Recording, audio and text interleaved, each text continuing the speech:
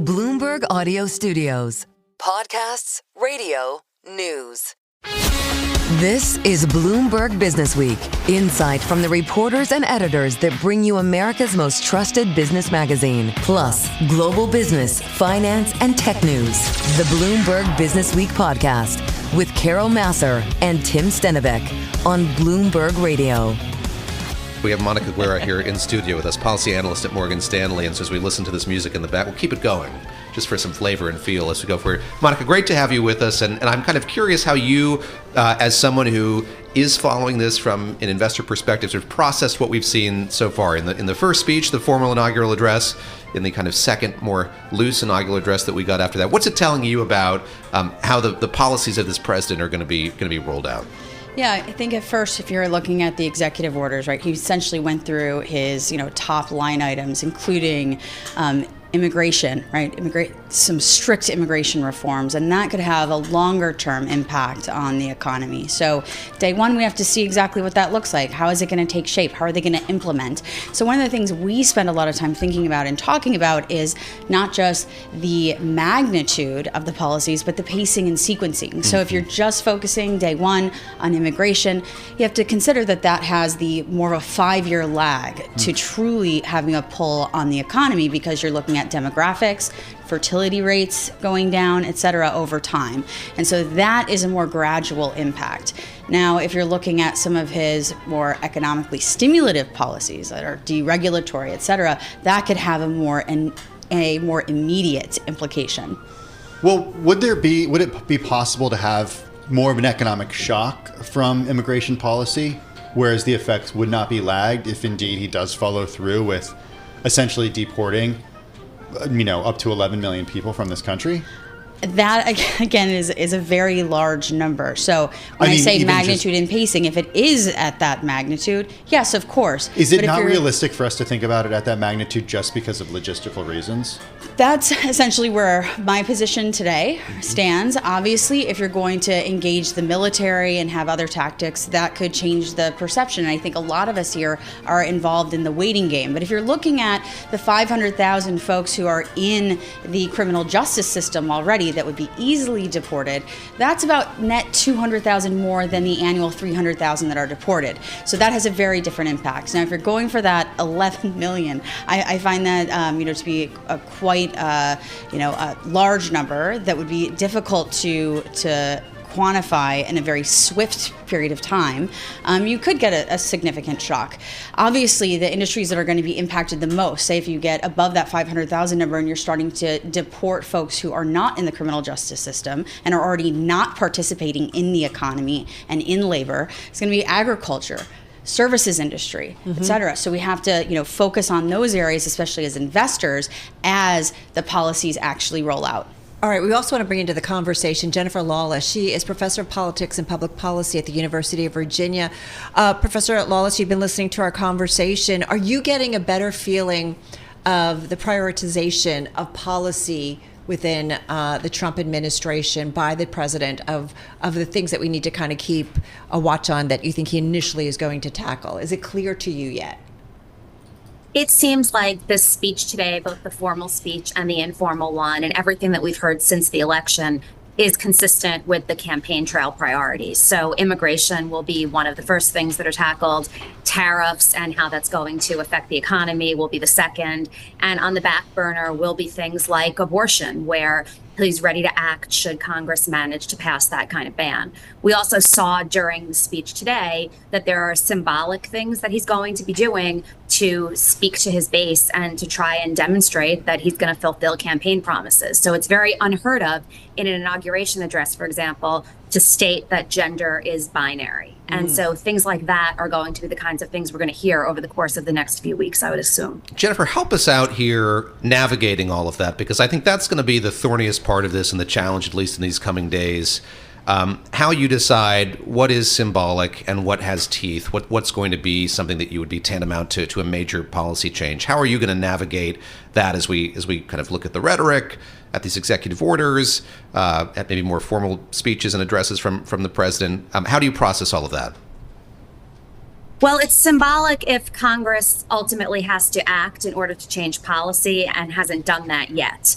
And so Donald Trump can say, for example, that we're going to become a country again where there are only two genders, but it's hard to know what that actually means, except alienating and isolating large portions of the population. We do know that it means that, and there are real ramifications.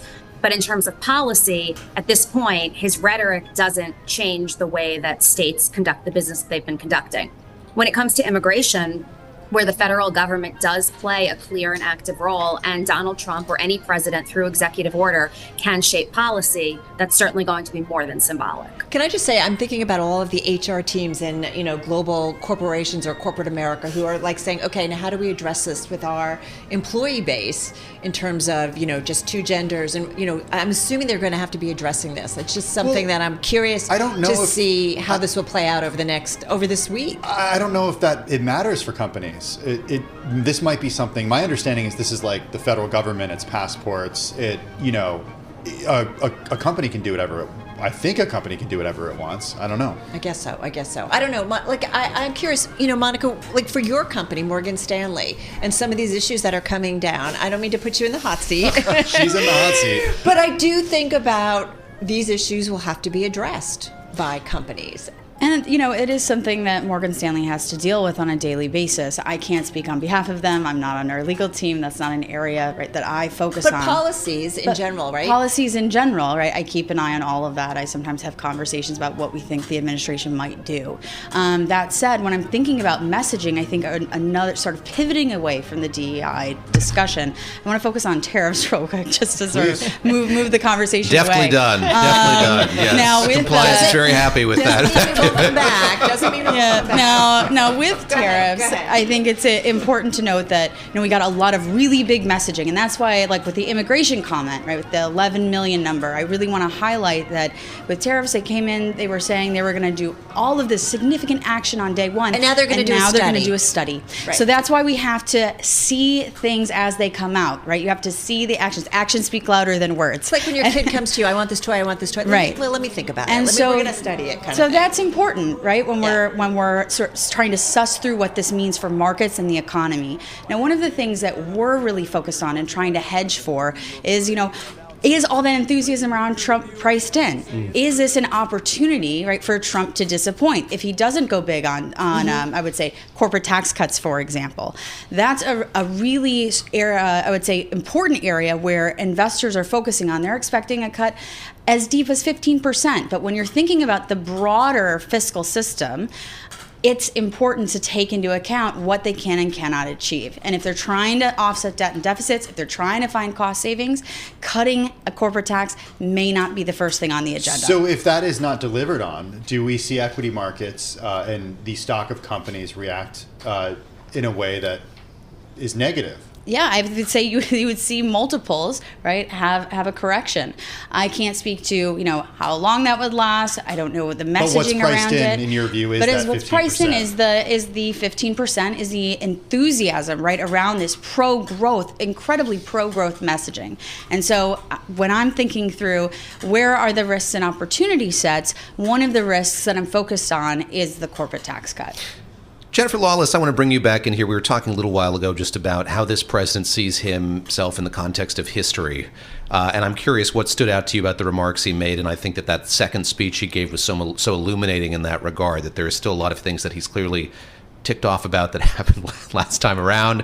When we talk about sort of his desires on Greenland and Panama and the like, that there's a sense to kind of put a stamp on this presidency in a very big and novel expansionary way. Talk about that, if you would, just sort of what you observed about the sort of way he sees himself in the larger context of American history vis-a-vis that speech that he gave this afternoon. It seems to me that Donald Trump does not differentiate between being president and the institution of the presidency. Typically what happens is that presidents feel like they're moving into a role. They talk about the importance of democracy and a smooth transition of power. They talk about the august nature of the institution that they'll be occupying. And they talk about the importance of bringing the country together and moving forward to achieve greatness. Donald Trump did not do that in 2017, and he did not do that today. In fact, today's speech in a lot of ways was even more negative and even darker than his first inaugural, because it was also filled with an attitude that highlights the importance to Donald Trump of retribution and of doing all of the things that people said that he couldn't do. And I think that nationally and globally, he sent a very clear signal that he is basically going to go out there and give it a shot to do whatever he wants, whether that's renaming the Gulf of Mexico, whether it's taking back the Panama Canal, whether it's taking Greenland, or whether it's just changing national policies that the American people have become accustomed to, or renaming mountains. And I think he's making this more about himself than about moving forward. There was no attempt whatsoever to try and unify the country or even to pay lip service to the idea that he would be a president for all Americans. I don't think Democrats are surprised by this, but this was his first opportunity to veer away from the campaign messaging, and he opted not to do it. Professor, does he need to do that? He's won. He's not running again. Can't run again. Maybe he would like to run again. He can't run again. Does he need to appeal to all Americans? He doesn't need to appeal to them. 2 years. He doesn't need to appeal to them. The question is, does he want to actually move the country in a direction that most Americans, and I don't mean just a tiny margin, want him to move the country in? And typically in their second terms, presidents do have some flexibility to do that because they're not seeking re-election, and the new nominee won't be seeking election for 2 years. Donald Trump has definitely made this more about retribution than unification. I think you bring up a good point. Monica, come on back in, because I do think about, I want to say the two Americas, but I think there's more than just two. And we know that there are folks who are in the market. We know there are folks that are wealthy that have done very, very well over the last couple of years. There are a lot of Americans that have not. And so how do we really find, what do we need in terms of a president that can really appeal to the broader population that benefits more? I think that Trump did that in this election cycle. I think that it speaks for itself. He appealed, but does he actually follow through with policy that helps more Americans? Well, that's the important thing about Congress, and people seem to forget about the role of Congress. He can do a lot with executive orders, 100%. He's going to go big on day one. But when we think about what can Congress do, especially around the tax piece, that's really important. We do think that there's going to be a full extension of the individual tax components, which could be supportive of multiple layers of wealth. But you're also going to see a continuation of support for things like the higher earners. When you're thinking about no changes to capital gains tax, I think is a really good example, right, where the most wealthier will be able to continue to accrue that wealth. I don't think that's a secret. That's something that we are focused on and we do consider. But when we're looking through the broader agenda and sort of what's top of mind for folks, we want to see, where can you actually, benefit across the board? And one of those areas, could surprisingly be in the clean energy sector as far as creating new jobs. And I really want to emphasize that. Now, the IRA, the Inflation Reduction Act, about 80% of the funding went to red states. And in red states where maybe they haven't had the same type of economy, the same sort of agglomeration that we experience here in New York, right, with all these jobs. Right. These are opportunities for those that growth sector to continue to employ people in those states. So we think, for example, that clean energy might be a sleeper agent.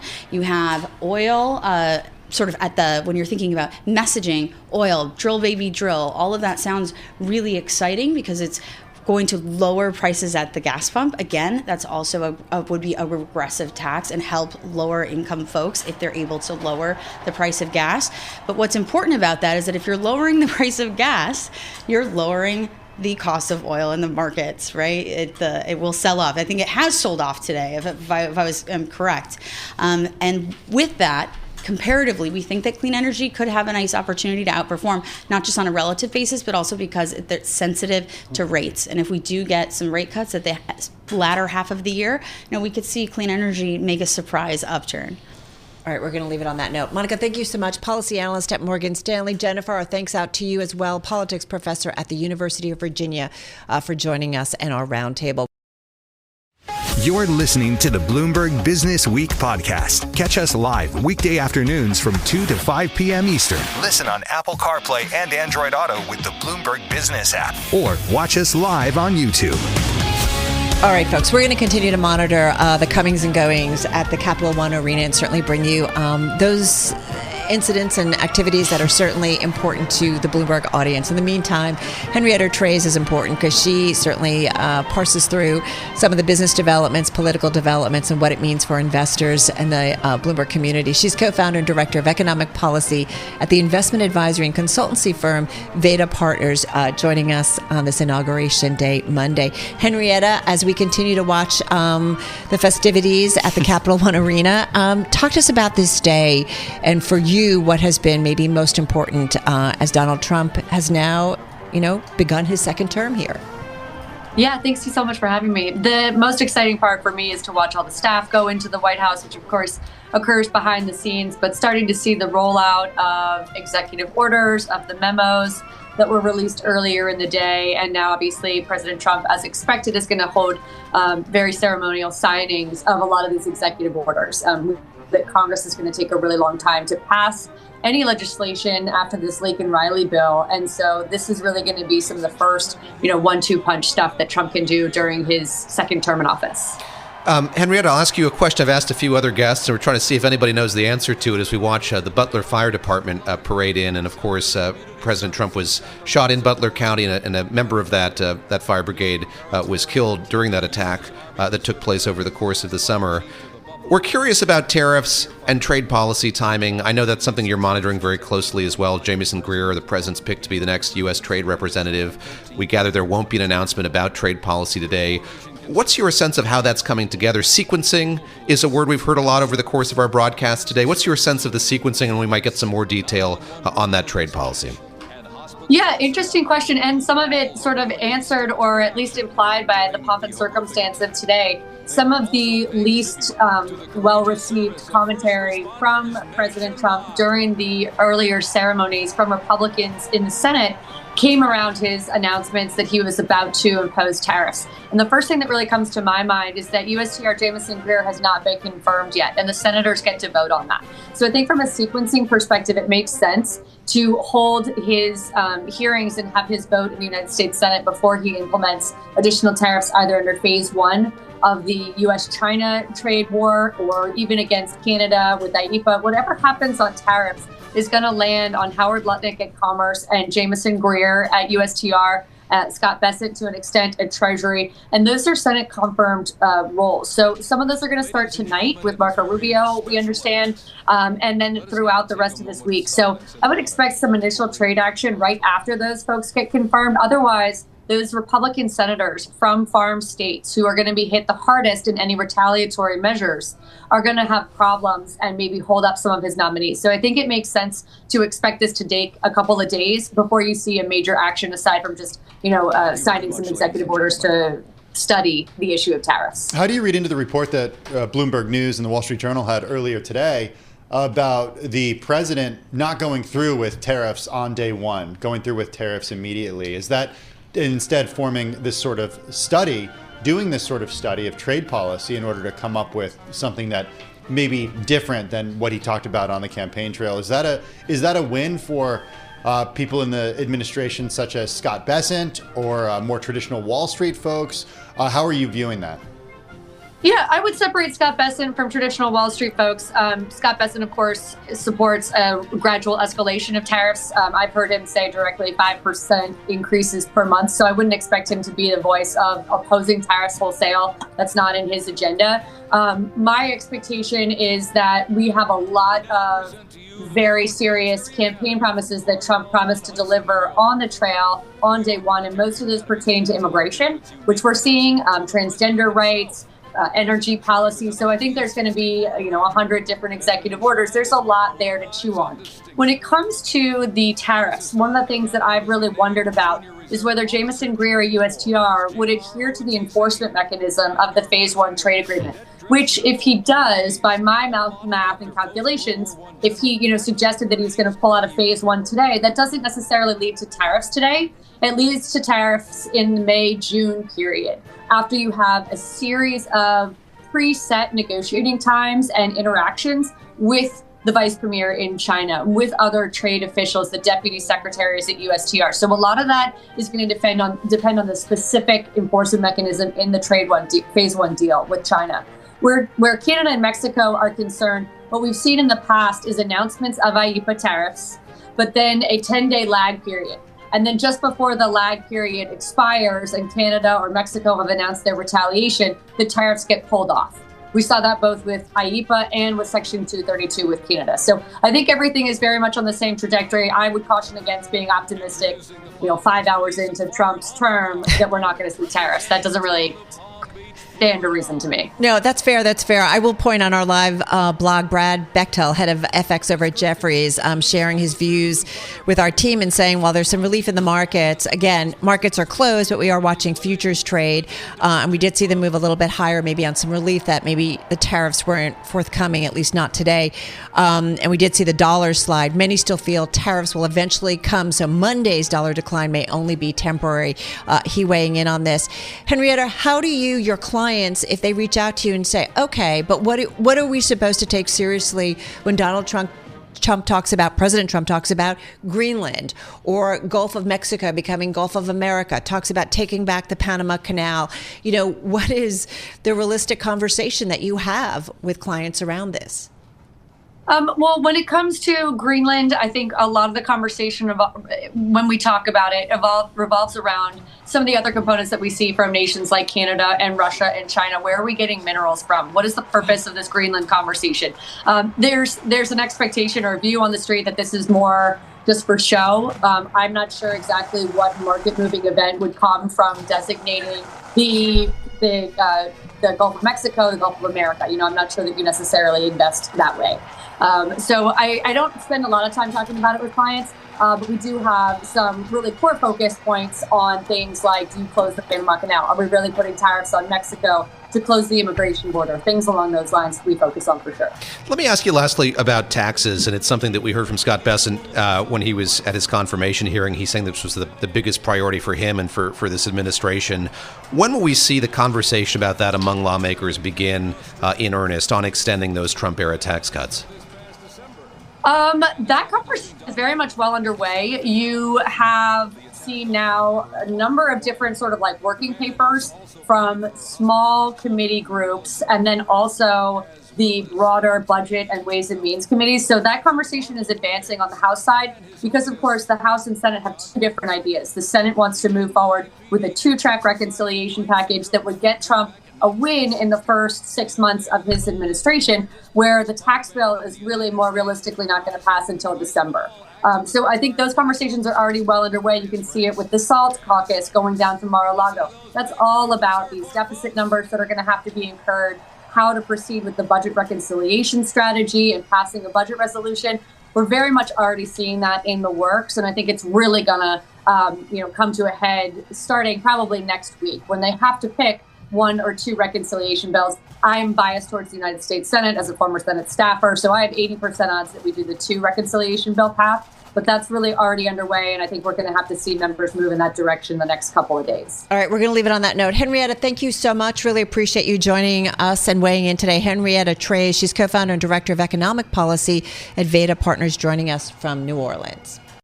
You're listening to the Bloomberg Businessweek podcast. Catch us live weekday afternoons from 2 to 5 p.m. Eastern. Listen on Apple CarPlay and Android Auto with the Bloomberg Business app. Or watch us live on YouTube.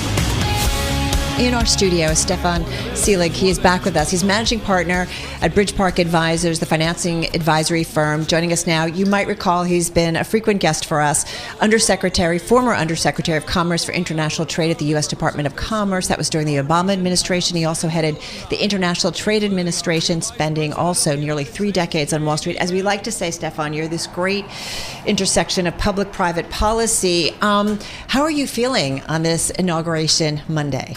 Look, I think, Carol, we all have to feel optimistic because we're Americans, and that's kind of our job, and we're all rooting for the president and the new administration. He's clearly entering the White House with a whole host of challenges, both economic challenges and foreign policy challenges that he didn't face in his first go-around. And so as we say, Godspeed.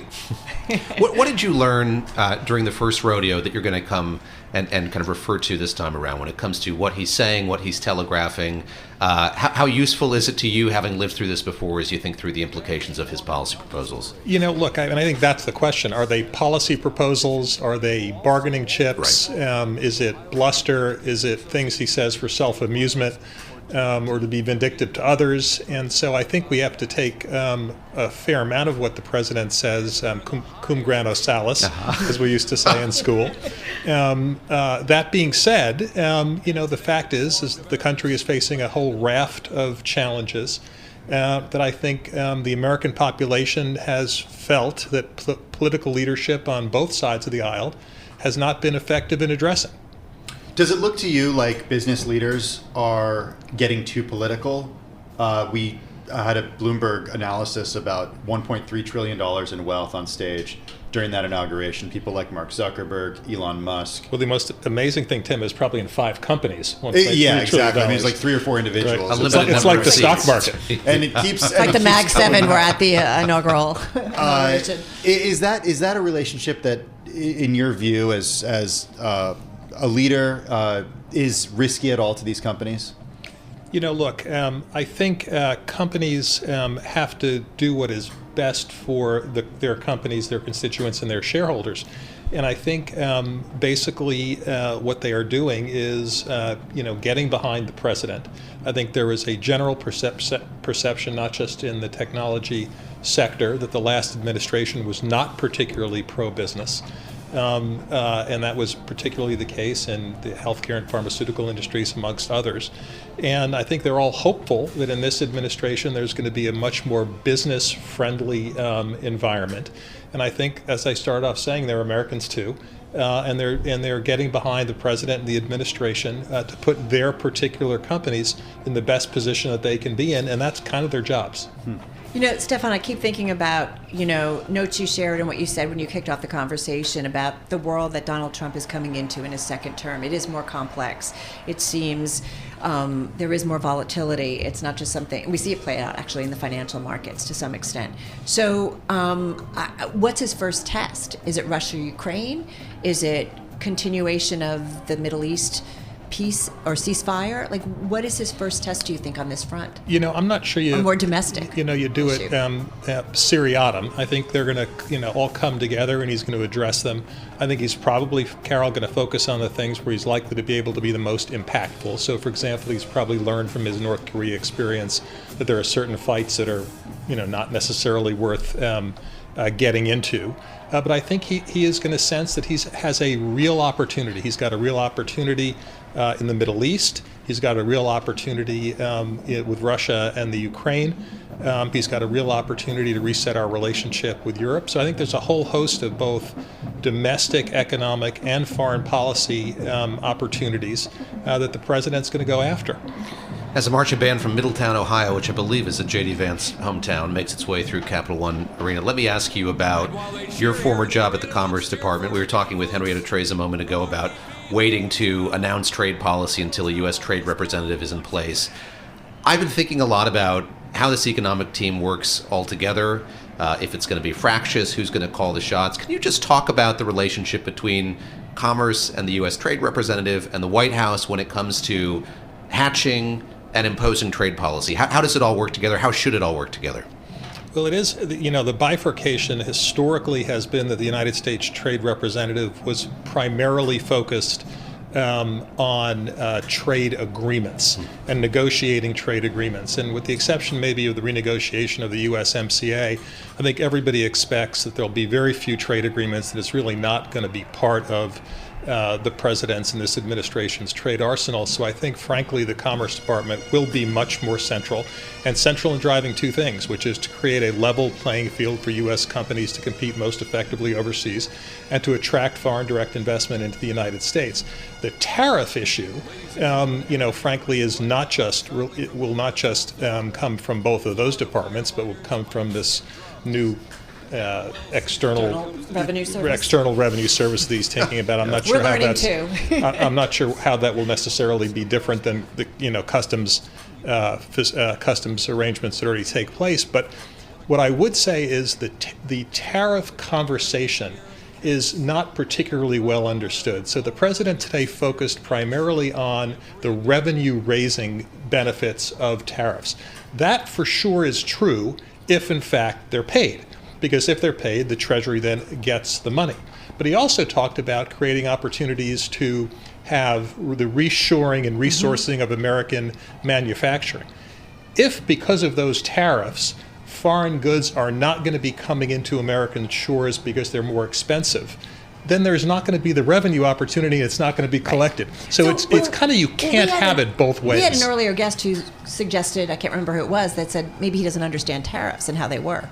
Well, I'm not sure people on both sides of the aisle particularly understand it because, Carol, they're quite complex. Okay. The other complexity, of course, is with tariffs usually come a higher dollar. And the president's been very aggressive about not wanting a higher dollar. The dollar is already overvalued because it's the world's reserve currency. And that will make exports more expensive for buyers. And that will further exacerbate the trade deficit as U.S. goods exports become more expensive for foreign buyers.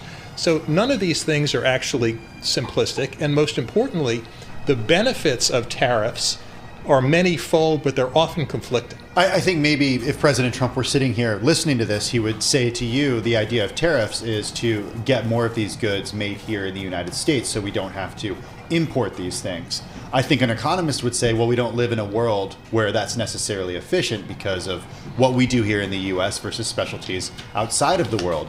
Is there, though, a world that exists that's a happy medium between the two, where we do start to see nearshoring and onshoring from American companies that have outsourced manufacturing?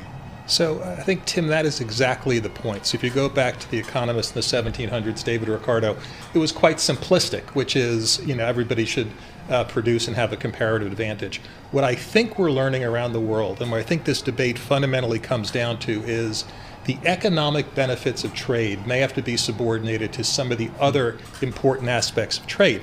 And that includes primarily employment, domestic employment, which has been eviscerated in the United States in many rural areas, in manufacturing in particular, because of the benefits of trade, and national security, where there are certain goods we don't want to have to rely on foreigners. We saw that during the pandemic. And we saw that in the pandemic. So finding that perfect balance, I think, is exactly what's going to be the nuance of this argument. And the fact is, trade has, with all the benefits that we all understand for trade, it's left a lot of Americans behind. And it has left Americans behind in communities that did benefit from globalization. And that's exacerbated inequality. And it's created political division that I think everybody is recognizing as a real problem in this country and around the world.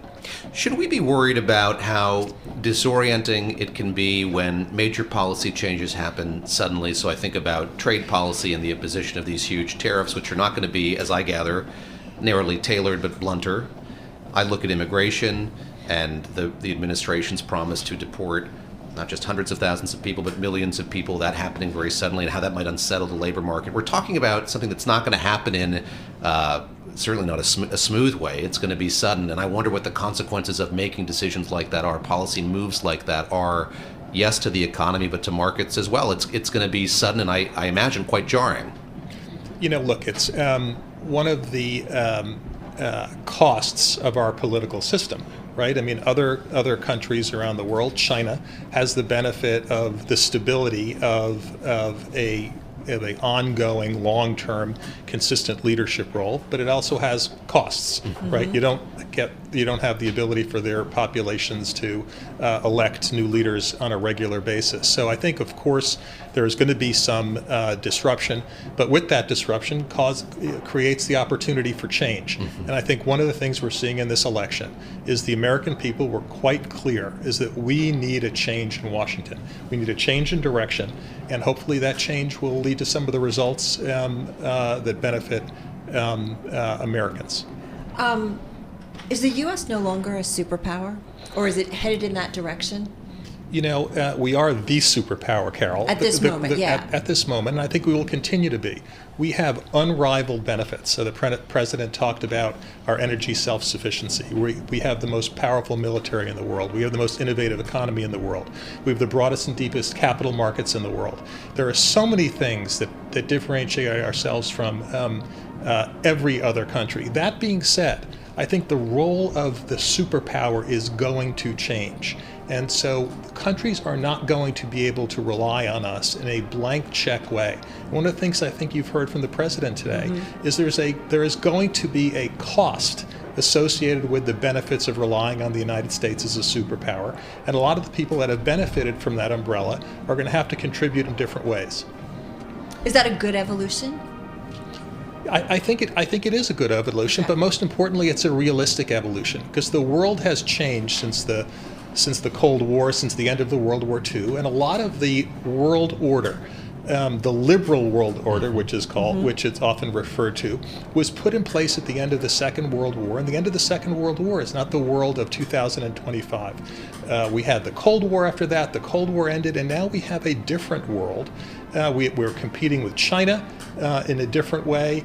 We have various global disruptions and competitors who are forming this axis of resistance that didn't exist just a handful of years ago. And as a result, our systems and our policies are going to have to change and adapt to a changing world. So you worked in a Democratic administration. It was pretty remarkable to look up there today and see President Clinton, President Bush.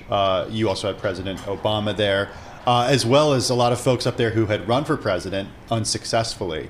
What should Democrats be doing right now to prepare to take back the White House or win more seats in Congress in the next 2 and 4 years, given that the world has undergone such a major shift and that this country has undergone such a major shift? Look, I think the Democrats are rightly licking their wounds at the moment. And I think the parts of the Democratic Party clearly pulled the last administration too far to the left. And there was a wholesale rejection of that, and that came across in both social issues and economic issues and certain foreign policy issues. And hopefully, and I think Bill Clinton, you mentioned President Clinton on the stage, really understood the importance of centrism, because we are a centrist country. And the politics of this country has become, as I've said, much more divided. And it would be my personal preference for both parties, including the Democratic Party, to move much more towards the center and govern from the center. I watched a number of these confirmation hearings last week, and what stood out to me in part from Pete Hegseth's confirmation hearing is how he'd met with no Democratic members of the Senate of that committee. And stuff like that happens. It kind of rolls by you, but that's like a pretty extraordinary thing. And that wasn't the case for every nominee. But what does that tell you just about the stability of the center that you're talking about, the willingness of both of these parties to find some common ground, some comedy among the two of them, and to return to a mode in which people get a fair hearing, and you listen to the other side, and you kind of assess a person's biography and skills based on kind of a neutral understanding.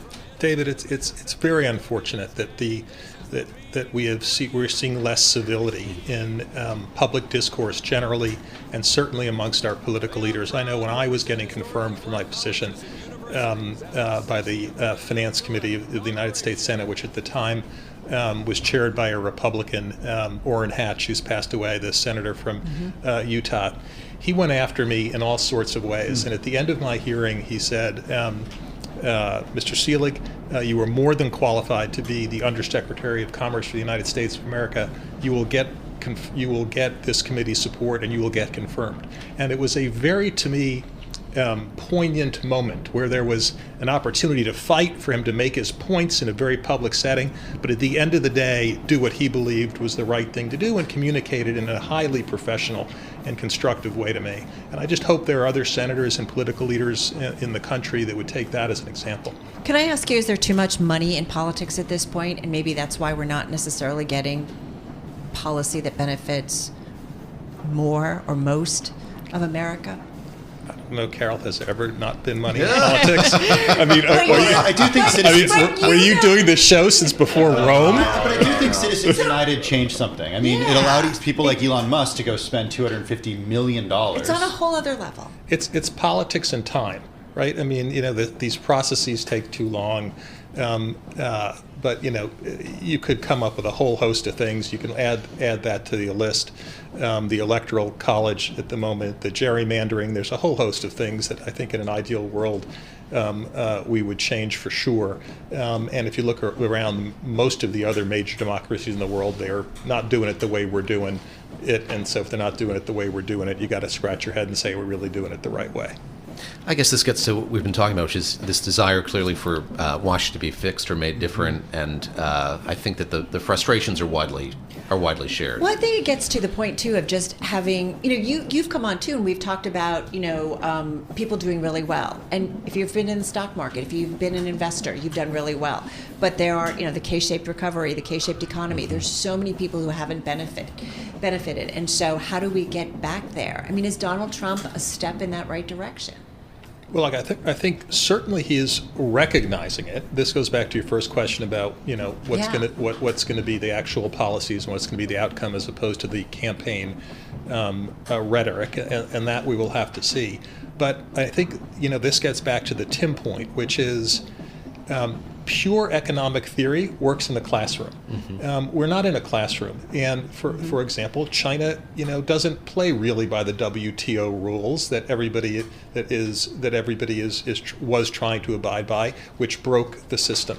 And as a result of that, we really are going to have to be much more realistic and commercial about how we adopt and implement policies, and understand that whether it's tariffs, trade, the dollar, that there are consequences for a whole section of our population that we've got to be quite sensitive to. We certainly saw that portion of the population, and we also saw the message loud and clear during this last election that what a lot of people thought was working was not working, and they wanted President Trump back.